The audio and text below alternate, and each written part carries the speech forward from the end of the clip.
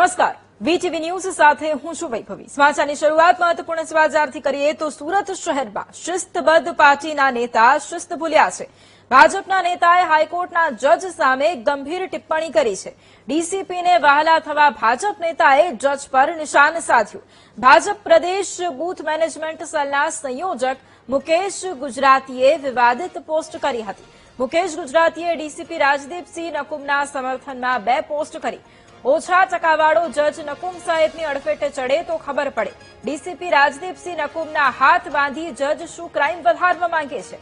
જજને વહીવટનો કીડો હોય તો તે પણ એકવાર ચૂંટણીના મેદાનમાં આવે।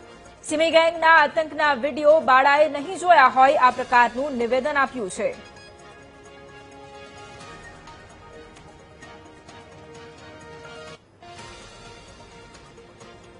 તો સુરત શહેરમાં શિસ્તબદ્ધ પાર્ટીના નેતા શિસ્ત ભૂલ્યા છે। ભાજપના નેતાએ હાઈકોર્ટના જજ સામે ગંભીર ટિપ્પણી કરી છે।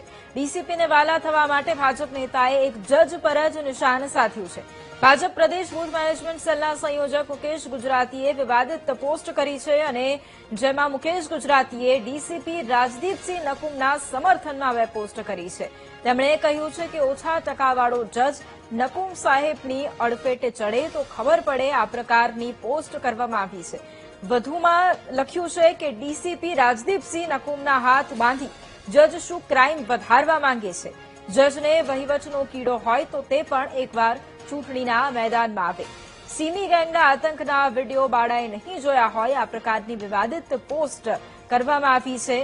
ભાજપના નેતાએ હાઈકોર્ટના જજ સામે આ ગંભીર ટિપ્પણી કરી છે, જેથી બાર એસોસિએશનમાં પણ અત્યારે રોષ વ્યાપ્યો છે। ડીસીપીને વહાલા થવા માટે ભાજપ નેતાએ જજ પર નિશાન સાધ્યું છે।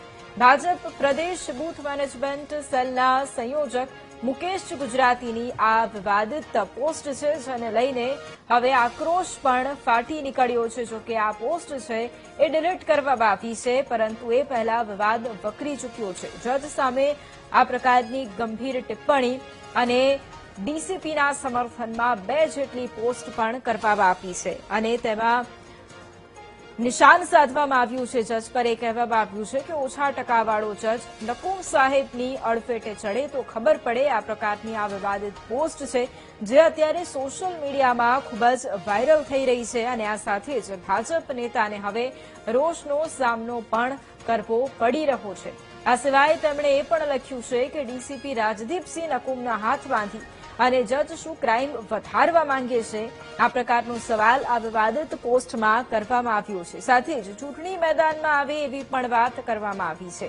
જજને જો વહીવટનો કીડો હોય તો પછી એકવાર ચૂંટણી મેદાનમાં ઝંપલાવે આ પ્રકારનો પોસ્ટમાં ઉલ્લેખ પણ કરવામાં આવ્યો છે।